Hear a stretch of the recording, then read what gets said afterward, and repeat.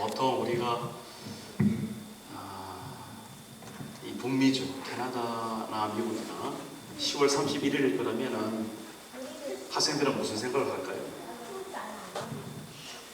할로윈 데이를 생각하죠. 그죠? 예. 그런데 사실 우리가 예수 믿는 사람으로서 10월 30일을 잊어버려요. 10월 31일은 마틴 루터가 아까 말씀드렸지만 종교 개혁을 하는 날입니다. 이 종교 개혁이라는 말이 좀 딱딱하게 들리는데, 다시 말해서 하나님의 말씀으로 새롭게 출발하자라는 그런 운동이었습니다.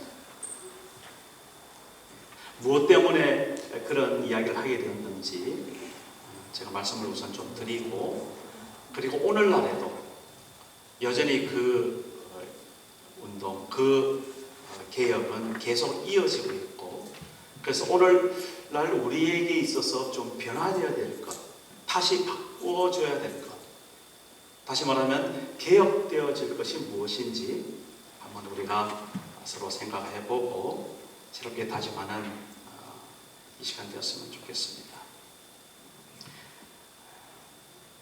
1517년이면 이제 중세가 한창 무르익어서 정말 나름대로는 하나님께 영광을 돌리고 교회가 세상을 딱 지배하고 이끌어가는 그런 세대라고 했지만, 그러나 그것이 도리어 세상을 사로잡는 게 아니라 세상에 함께 같이 세상과 세속화되어지는 그러한 결과를 낳아서 교회를 통하여서 희망이 정말 있어야 될 터인데 교회를 보면서 절망하는 그런 시대가 중세 사회였다고 우리는 보통 그렇게 이야기를 하고 있습니다. 그 중에 대표적인 것이 교황의 권위에 대한 거였습니다. 교황은 사람이죠. 그러나 그 교황의 그 위치를 사람들이 높이다 보니까 그 교황이 마치 하나님처럼 되어서 교황이 죄를 사하면 그 밑에 있는 교인들도 다 죄가 사함받는 그런 시기까지 이루어지게 되었다는 것입니다. 또 교회의 건축을 위해서 그 어마어마한 건축비를 감당하고자 교회에서는 죄를 용서받는 그것을 빌미로 면죄부를 발행하게 되죠. 그래서 어떤 설교자들은 이 면죄부, 그 면죄부를 사면 이미 돌아가신 너희 부모님들이 연옥에 있는데 그 연옥에서 다시 천당으로 돌아갈 수 있다, 빨리 좀 갈 수 있다, 이런 식으로 설교했던 그런 문헌들도 많이 발견되어지고 있습니다. 제가 먼저 거기 마틴 루터 95개조 반박문이라고, 이것은 마틴 루터가 비텐베르그 성당에 있는 그 성당문에다가 종이에다가 나름대로 교회의 어떤 부조리나 잘못된 점을 95개 조항으로 쫙 써서 문에다 딱 붙여놨어요. 그것을 사람들이 이제 프린트하고 이걸 다른 데 돌림으로 해가지고 운동이 일어나게 된 거죠. 그 중에 제가 몇 가지만 한번 간단하게 먼저 읽어볼 테니까 그 당시 상황을 한번 우리가 이렇게 짐작해 보면 좋을 것 같습니다. 마틴 루터 95개조 중에서 21번에 이런 말이 있어요. 그러므로 인간이 교황의 면죄부를 통해 모든 형벌을 면하고 구원을 받을 수 있다고 말하는 면죄부 설교자들은 잘못을 범하고 있다. 이런 시죠. 27번, 여기 마틴 루터가 쓴 95개조 27번에 보면 돈이 연복에 짤랑하고 떨어지는 순간 영혼이 연옥으로부터 풀려난다고 말하는 이들은 단지 인간적인 교리를 가르치는 것이다. 하나님의 말씀이 아닌 사람이 만들어낸 교리다라는 것이죠. 잘못됐다는 거예요. 그리고 36번에 진정으로 회개하는 그리스도인은 면죄부 없이도 죄와 벌로부터 완전한 사함을 받을 수 있다. 이렇습니다. 그리고 53번에 보면 면죄부 판매를 위해서 교회에서 하나님의 말씀 전파를 금하는 교황은 그리스도의 적이다. 이런 말까지도 하고 있습니다.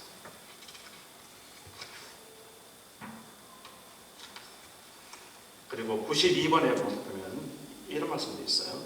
그리스도의 백성들을 향하여 평안하지도 않은데 평안하라 평안하라 하는 모든 선지자들은 다 물러가야 한다.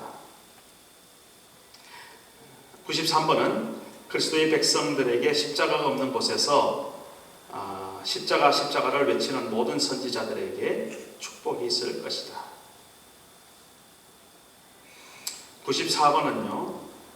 95번 마지막에 그러므로 하늘나라는 평화에 대한 잘못된 확신을 통해서가 아니라 많은 고난을 통해서 들어가게 된다는 것을 확신하여야 한다. 그러면서 이제 95번이 다 마쳐집니다.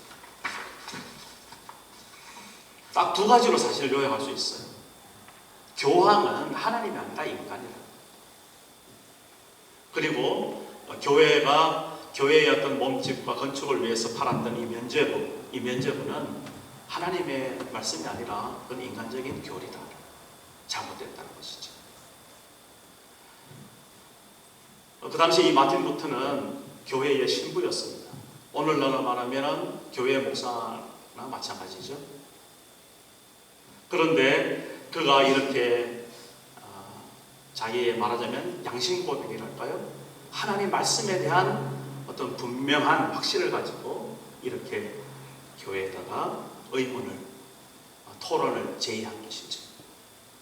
그렇습니다. 그래서 나중에 후예들이 이 종교개혁의 후예들이 이 종교개혁을 이야기해라 그러면 세 가지로 원리를 분명하게 말하고 있습니다. 그 세 가지가 오늘 제가 추보에 먼저 기록을 해놓고 있어요. 종교개혁의 3대 원리. 그래서 첫째는 오직 믿음으로라는 그러한 원리입니다. 이 종교개혁의 큰 말하자면 테두리는 구원에 관한 것입니다. 사람의 구원에 관한 것인데 이 구원을 어떻게 우리가 받아 누릴 수 있는가 거기에 대한 선언입니다. 첫 번째 구원은 어떤 율법이나 행위가 아닌 오직 믿음으로 받는 것이다. 이것이 바로 오직 믿음으로 솔라 피데라는 말을 쓰고 있습니다.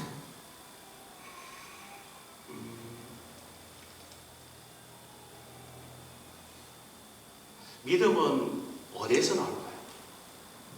로마서 10장에 보면 믿음은 들음에서 난다는 것입니다. 듣는 것은 무엇을 듣느냐 하면 들음은 하나님의 말씀으로부터.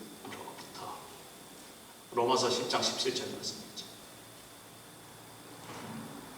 믿음은 내가 무엇인가 만들어내는 것이 아니라 들려오는데, 다시 말해서 하나님의 말씀이 들릴 때 내 안에 믿음이 주어진다라는 것입니다. 하나님의 말씀을 하나님의 말씀으로 받는 사람, 믿음이 있는 사람이라는 것이죠.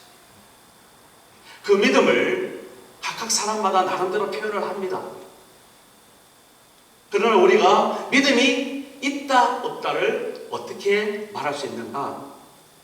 하나님의 말씀을 듣는 귀가 열려졌을 때, 하나님의 말씀이 사모함이 되어서 그 말씀을 듣고 싶을 때,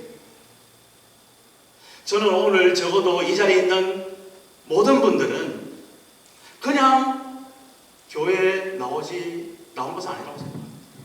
여러분들 다 뭐 때문에 나오셨나요? 하나님을 사모하는 마음을 가지고, 하나님을 내가 만날 수 있으리라, 하나님의 음성을 들을 수 있으리라, 하나님의 말씀 가운데 하나님이 내게 주신 축복의 약속을 내가 받으리라, 그런 믿음을 가지고 나오신 줄 믿습니다. 적어도 그러한 마음으로 발걸음을 옮겨서 이 교회에 들어섰다면 저는 그 사람 깊은 곳에 하나님이 주신 믿음이 있다라고 저는 과감하게 말하고 싶습니다. 부디 이곳에 있는 모든 분들 정말 한 사람도 빠짐없이 그 하나님이 주신 믿음, 그 믿음이 소유된 하나님의 백성 되기를 주의 이름으로 축원합니다. 있고 없다는 분명히 해야 돼요.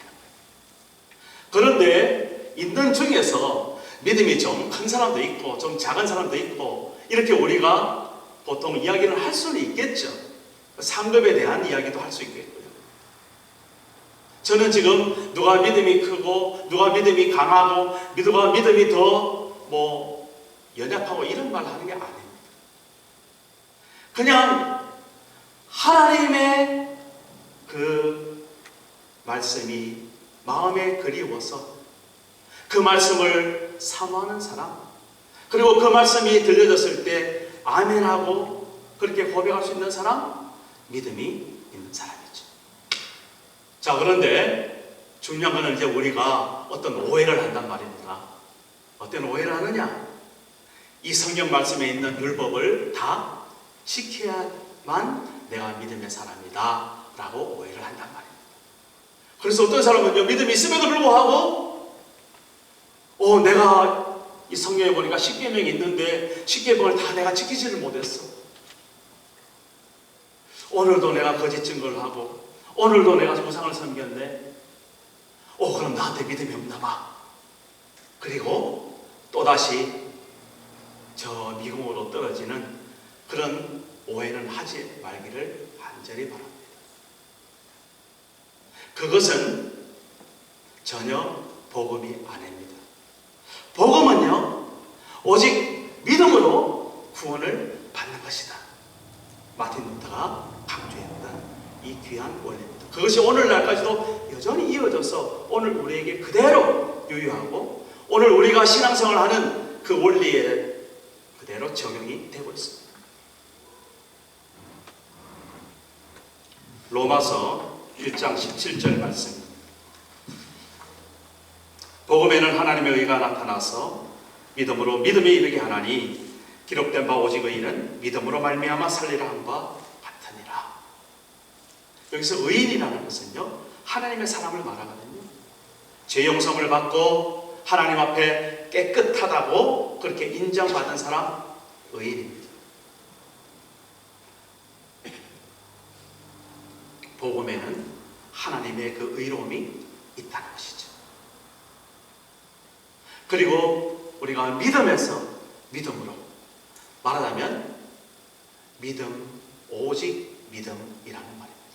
처음부터 끝까지 믿음으로 우리가 하나님의 의로운 사람이 하나님의 백성이 된다라는 말씀입니다. 오늘 이 시간 이후로 이제는 내가 무엇을 해야만 구원받는 사람이 아니라 내가 율법을 지켜야만, 내가 거짓말하지 않아야만 구원받는 사람이 아니라 오직 하나님께서 내게 주신 그 믿음 하나만으로 구원받는 사람임을 정말 마음 깊이 간직하셔서 주님 앞에 서는 날까지 그 믿음으로 승리하시기를 간절히 바랍니다. 그 믿음이 있는 사람은요, 이제 그 다음부터 내가 하나님의 말씀대로 순종해야 될 터인데 그런 생각이 들어올 수밖에 없고 그렇게 순종하지 않을 수밖에 없게 돼 있죠. 우리가 사람이 자라는 것은요, 어떤 사람이 자라는 겁니까? 세상에 태어나야 자랄 수 있는 것이죠. 어린아이가 엄마 뱃속에서 나왔을 때, 물론 이제 엄마 뱃속도 자라겠죠. 생명이 잉태됐을 때 크는 겁니다. 이게. 다시 말해서 내가 믿음이 있다. 다시 말해서 내가 생명을 얻었다는 것이죠. 내가 구원을 받았다는 것이죠. 그리고 그 다음부터 내가 하나님의 복된 사람으로 이제 자라 나간다라는 것입니다.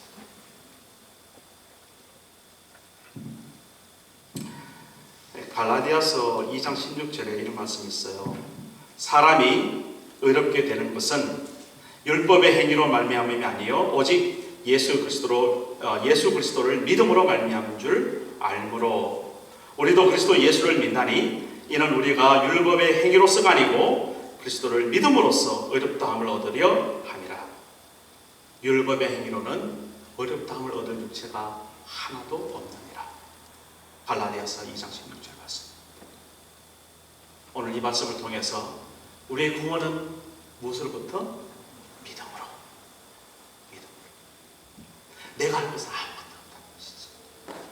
내가 잘 살아보려고, 내가 정말 착하게 살아보려고, 내가 한번 제대로 한번 믿어보려고, 그거 아니라는 겁니다. 그거 아니고요, 그냥 내 속에 하나님이 그리워지고, 내가 보니까 어느새 교회가 가고 싶어지고, 그리고 하나님의 말씀에 들릴 때 그것이 정말 나에게 주신 하나님의 복된 말씀이구나 라고 여겨지면서 내가 그 말씀대로 이제 살아야 되겠지라고 그렇게 마음속에 다짐하고, 때때로 내가 예수를 믿는다 입으로 또 말할 수 있는 사람, 우리는 그 생명의 믿음이 우리에게 주어진 복된 사람인 줄로 이 시간을 확정할 때 우리 다 같이 아멘으로 한번 화답해 주시기 바랍니다. 아멘. 이것이 바로 오직 믿음. 두 번째로는요, 오직 은혜로 이렇게 말씀하고 있습니다. 오직 은혜로. 이 은혜라는 말은 카리스라는 말이죠. 제가 늘 강조했던 내용이기도 합니다. 은혜라는 말을 언제 쓴다고 그랬습니까? 은혜라는 말은요, 갚을 길이 없을 때, 값으로 따질 수 없을 때, 도저히 내가 그것은 내 것이 아니라 어디 다른 것으로부터 온 그런 것일 때 이걸 은혜다, 그렇게 우리는 말을 쓰고 있습니다. 그러고 보니요, 하나님께서 나를 구원하신 것, 나에게 믿음을 주셔서 내가 하나님의 백성으로 되어진 것, 이것은요 전적으로 하나님의 은혜라, 나의 공로가 아니라, 나의 노력이 아니라는 것입니다. 그것이 바로 솔라 그라티아 이렇게 이야기하고 있습니다. 너희가 그 은혜를 인하여 믿음으로 말미암아 구원을 얻었나니 이것이 너에게서 난 것이 아니라 하나님의 뭐라고 그랬어요? 선물이라고 했어요.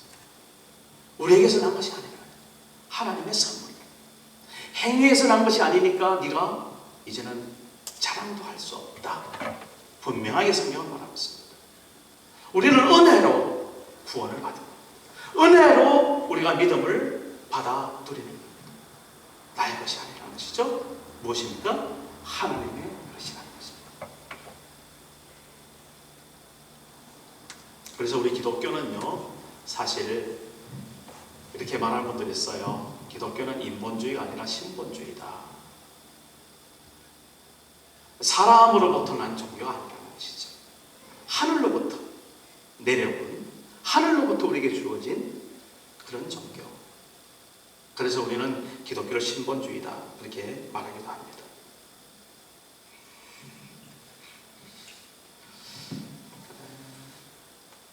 그런데 이걸 우리가 또 좀 오해를 하는 거죠. 은혜라고 이야기했을 때에 내가 무언가 은혜로운 사람이 되어야 이 은혜로 내가 하나님의 축복을 누릴 수 있다, 이렇게 착각을 좀 하고 있습니다. 아니죠. 우리는 은혜를 받았기 때문에 은혜를 흘러 넘치도록 내보내는 것이지. 순서가 참 중요합니다. 사랑도 마찬가지죠. 사랑을 받았을 때 우리 사랑이 흘러넘쳐서 다른 데로 나가는 것이죠. 부디 하나님의 은혜가 우리 가운데 가득 차고 넘쳐서 그렇게 하나님의 은혜를 강같이 흘려보내는 백성 되기를 간절히 바랍니다. 그런데 그 은혜가 어떻게 채워지는가? 겸손할 때 채워진다는 사실. 정말 하나님 앞에서 교만한 사람, 하나님의 은혜를 누릴 수가 없습니다. 우리 마음에 가난한 마음, 비어져 있는 마음, 그리고 겸손한 마음, 그 마음이 있을 때 하나님의 은혜가 되어지고 그 은혜를 통하여서 또 다른 사람에게 하나님의 은혜를 흘려보내는 사람, 진정 이 솔라 그라티아, 오직 은혜로 구원받은 하나님의 백성이 된 줄로 믿습니다. 마지막 세 번째로 오직 성경으로라는 말이 있습니다. 이것은 아까 제가 처음에 교황권에 대해서 말씀을 드렸지만 이 세상의 최고의 권위, 특히 우리 교회의 모든 것의 모든 것, 성경이라는 거죠. 성경은 그래서 우리가 하나님의 말씀이다 그렇게 고백을 하고요. 이 성경이 하나님의 말씀이기 때문에 이 성경이 있는 그대로 믿는 사람 복이 있다라고 말씀을 드렸습니다. 때때로 우리는 이 성령이 우리의 이성을, 우리의 과학적인 생각을 뛰어넘지 못해서 우리가 좀 혼돈에 빠질 때가 많이 있죠. 그러나 그럼에도 불구하고 이 말씀 있는 그대로 믿는 자 참으로 복이 있습니다. 제가 지난번에 한번 말씀을 드렸댔어요. 이 성경에 에녹이 365세를 살았다. 기억나시죠? 그 에녹의 아들 무드셀라가 969세를 살았다. 이런 말씀이 그냥 성경에 있는 거예요. 그 말씀 그대로 이 역사 속에서 이루어진 그대로의 사실이라는 그 사실을 믿는 사람, 정말 이 하나님께서 주신 이 말씀의 권위를 높이는 사람이고, 이 권위대로 살아갈 때에 역시 그 사람을 하나님께서 높여주시는 그런 일들을 우리는 살아가면서 많이 경험하는 것이죠. 이 말씀의 핵심이라고 하면, 중심이라고 하면 예수 그리스도십니다. 이 말씀을 톡톡톡 털어서 세 글자 예수님, 우리는 이렇게 말할 수 있습니다. 예수께서 우리를 구원하시고자 십자가에 죽으시고 3일 만에 부활하시고 하늘로 오르셔서 하나님 보좌 우편에서 우리를 위해서 간구하시고 다시 이 땅에 재림의 주로 다시 오실 그 예수 그리스도, 그분을 말씀하는 것이 바로 이 성경입니다. 그러고 보면요, 오직 믿음으로, 오직 은혜로, 오직 말씀으로, 오직 성경으로, 이것이 사실 다른 말이 아니라 결국은 다 같은 말로 이렇게 엮어지게 돼요. 내가 믿음으로 구원받았다, 하나님의 말씀이죠. 이 말씀 가운데 우리가 그대로 이 말씀을 받아들일 때, 하나님의 말씀을 받아들일 때 그것이 바로 구원이 된다는 이야기죠. 그리고 그 구원은 내가 노력해서 내가 만들어서 낸 그 구원이 아니라 하나님께서 은혜로, 말할 수 없는 사랑으로 우리에게 주신 그 은혜라는 것, 오늘 고백할 때 오늘 우리가 계속 이 종교개혁을 이어나가는 마틴 루터의 후예가 되는 줄로 믿습니다.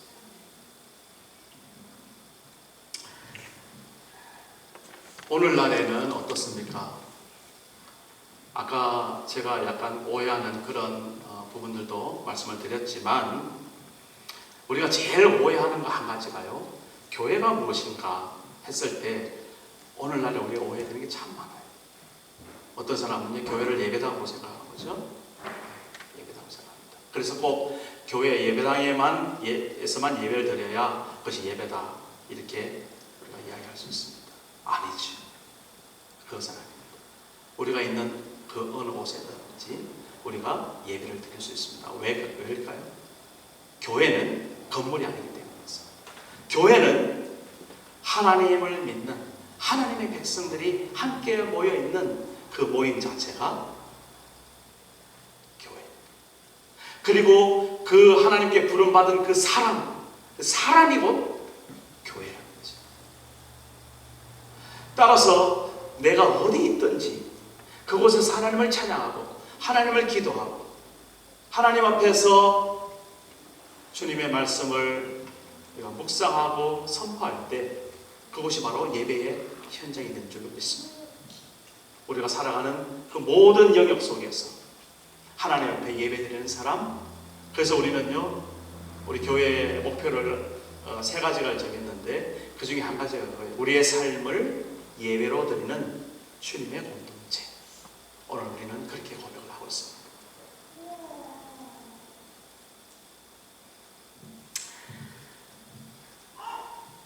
마지막 결론으로 오늘날 우리가 그러면 이 종교개혁을 어떻게 이어나가야 될 것인가?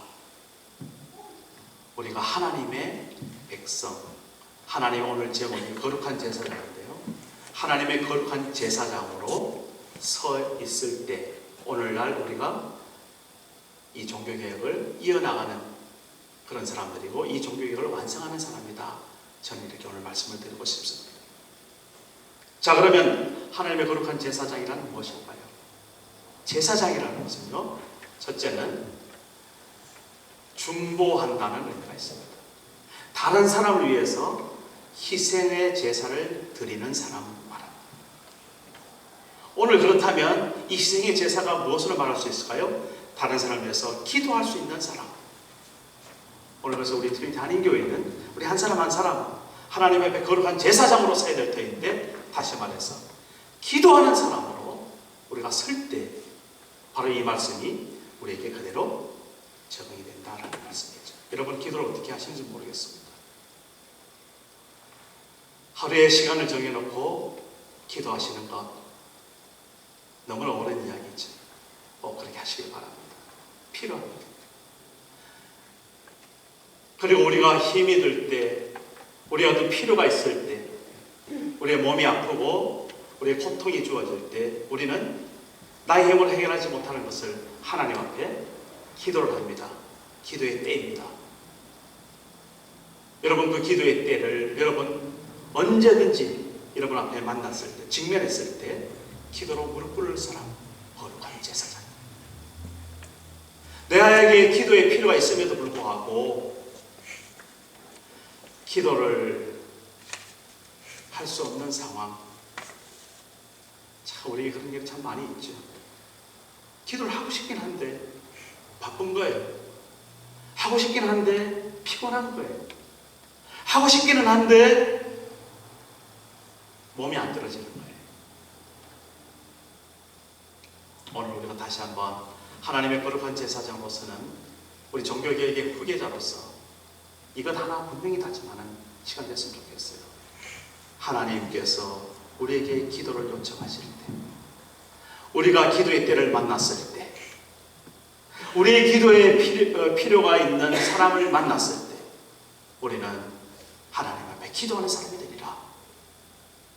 그래서 정말 하나님 앞에 거룩한 제사장으로서는 여러분 되시길 바랍니다. 우리는 그전에는 사실 하나님 백성이 아니었었어요. 그러나 지금은 하나님 백성이라고 그렇게 우리는 하나님 말씀을 듣습니다. 오늘 우리가 성경 읽었죠? 10절의 말씀입니다. 여러분이 전에는 하나님의 백성이 아니었지만 지금은 하나님의 백성입니다. 이전에는 은혜를 몰랐지만 지금은 은혜를 받고 누리고 있습니다. 이 말이 우리 삶 속에서 어떻게 적용이 되나요? 기도하는 사람, 그 사람이 바로 하나님의 백성이요 은혜를 지금 누리고 있는 사람이다.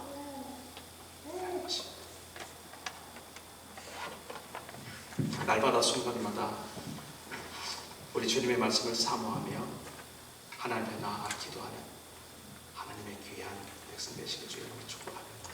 기도하겠습니다. 고마우신 아버지,